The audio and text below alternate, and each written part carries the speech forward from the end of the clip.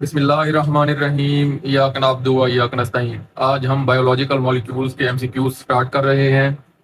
Number 1 MCQ, which of the following is carbohydrate? Alpha glucose, तो glucose ही carbohydrate है। बाकी तीन देखते हैं। डीएनए न्यूक्लिक एसिड है, ये कार्बोहाइड्रेट नहीं है।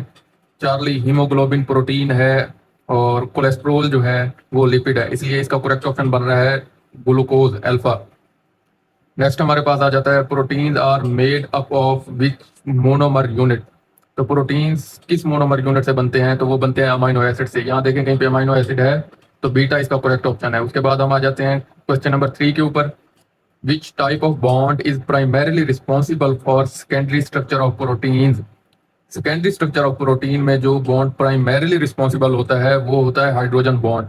बाकी ये जो तीन बॉन्ड्स दिए गए हैं, आयनिक बॉन्ड, कोवलेंट बॉन्ड और डाइसल्फाइड बॉन्ड, ये टर्शरी स्ट्रक्चर में इंपॉर्टेंट होते हैं। प्राइमरी स्ट्रक्चर के अंदर जो है पेप्टाइड बॉन्ड, सेकेंडरी स्ट्रक्चर के अंदर सिर्फ एक ही बॉन्ड इंपॉर्टेंट है जो कि हाइड्रोजन बॉन्ड, और टर्शरी स्ट्रक्चर में ये चारों के चारों बॉन्ड्स आ जाते हैं।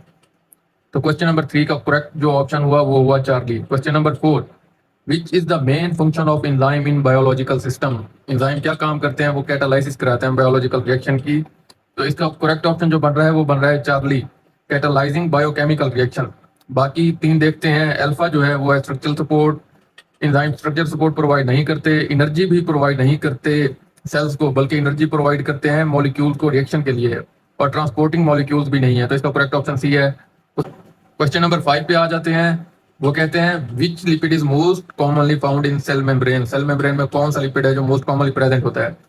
तो ट्राइग्लिसराइड थोड़ी सी क्वांटिटी में प्रेजेंट होता है। स्टीरॉइड्स भी बहुत कम होते हैं क्योंकि वो फ्लूइडिटी को मेंटेन करते हैं। जो फास्फोलिपिड्स हैं वो ऑलमोस्ट 93% से भी ज्यादा सेल मेम्ब्रेन के अंदर प्रेजेंट होते हैं। तो इसका करेक्ट ऑप्शन जो है वो है फास्फोलिपिड। उसके बाद है question number 6, what type of molecule is RNA? RNA कौन सा मॉलिक्यूल है? तो आरएनए जो हमारे पास है वो न्यूक्लिक एसिड मॉलिक्यूल है। तो इसका डेल्टा करेक्ट ऑप्शन है। Question number 7, which element is found in all organic molecules? Nitrogen, phosphorus, carbon या सल्फर? हमें पता है कि ऑर्गेनिक मॉलिक्यूल्स उनको कहते हैं जिनके अंदर कार्बन और हाइड्रोजन लाजमी प्रेजेंट होंगे। तो इसका करेक्ट ऑप्शन जो हमारे पास बन रहा है वो कार्बन बन रहा है। बाकी जो तीन हैं वो ऑर्गेनिक मॉलिक्यूल्स के अंदर प्रेजेंट होते हैं, लेकिन हर ऑर्गेनिक मॉलिक्यूल के अंदर प्रेजेंट नहीं होते। Question number 8, which of the following is not a function of lipids? Lipids का ये कौन सा फंक्शन नहीं है? Energy storage. Lipids energy store करते हैं, और सबसे ज्यादा जो एनर्जी स्टोर करने वाले मैक्रो मॉलिक्यूल्स हैं वो लिपिड्स हैं। इंसुलेशन, जी हाँ, ये इंसुलेशन भी प्रोवाइड करते हैं। Charlie, catalysing reaction. जो है लिपिड्स का काम रिएक्शंस को कैटालाइज कराना नहीं है, वो एंजाइम का काम है, और एंजाइम प्रोटीन्स होते हैं, इसलिए कैटालाइजिंग रिएक्शंस प्रोटीन का काम है, लिपिड्स का नहीं है। तो उन्होंने ये पूछा है कि विच of the following is not a function of lipids? Not के ऊपर गौर करें, तो इसका चार्ली करेक्ट ऑप्शन बन रहा है। उसके बाद आ जाते हैं हम क्वेश्चन नंबर 9 के ऊपर। The primary structure of protein is determined by? Simple सा क्वेश्चन है और इसका answer alpha, the sequence of amino acids. उसके बाद जो है secondary structure hydrogen bonding pattern के ऊपर प्रेजेंट कर रहा होता है। टर्शियरी स्ट्रक्चर 3 डायमेंशनल स्ट्रक्चर के ऊपर प्रेजेंट कर रहा होता है, और द इंटरेक्शन बिटवीन सब यूनिट्स, ये एम बोंगी मारी हुई है। उसके बाद आ जाते हैं क्वेश्चन नंबर 10 के ऊपर। विच of the following nucleotide is not found in DNA? DNA में कौन सी न्यूक्लियोटाइड प्रेजेंट नहीं होती? तो वो यूरासिल प्रेजेंट नहीं होती। यूरासिल आरएनए में प्रेजेंट होती है। तो इसका करेक्ट ऑप्शन जो हमारे पास बन रहा है वो बन रहा है चार्ली। उसके बाद आ जाते हैं हम क्वेश्चन नंबर 11 के ऊपर। The process by which protein structure is disrupted is called denaturation.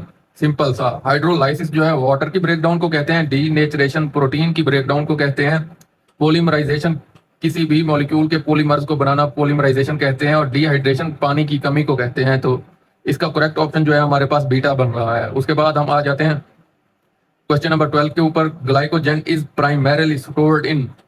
Alpha, liver and muscle cells, beta, fat cells, Charlie, blood cells, delta, bone marrow. तो जो हमारे पास ग्लाइकोजन है वो स्टोर होता है लिवर और मसल्स में।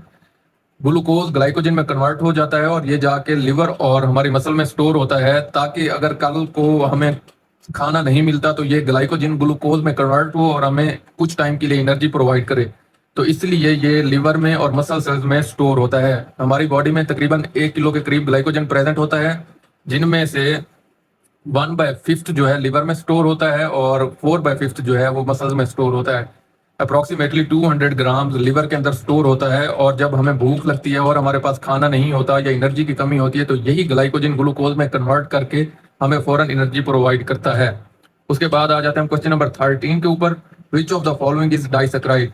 ग्लूकोज जो है हमारे पास वो मोनोसेक्राइड है, फ्रक्टोज भी मोनोसेक्राइड है, सुक्रोज डाइसेक्राइड है, तो चार्ली इसका करेक्ट ऑप्शन है। और जो डेल्टा हमारे पास दिया हुआ है सेलुलोज वो पॉलीसेक्राइड है। तो हमसे पूछा गया है कि डाइसेक्राइड के बारे में, तो हमने करेक्ट ऑप्शन जो है चार्ली सिलेक्ट किया है।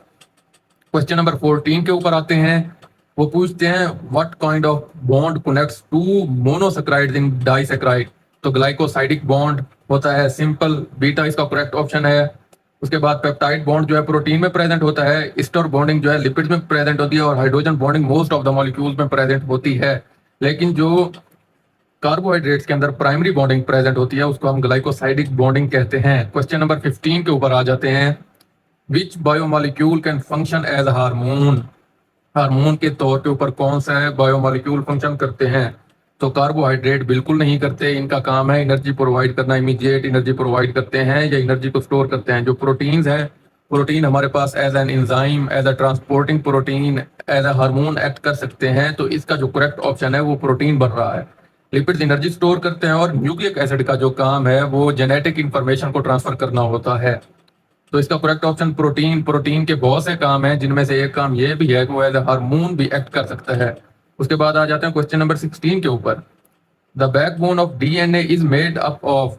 अमाइनो एसिड्स डीएनए में प्रेजेंट नहीं होंगे, फैटी एसिड भी प्रेजेंट नहीं होंगे। उसके बाद हमारे पास आ जाता है इसका Charlie option, sugar and phosphate groups.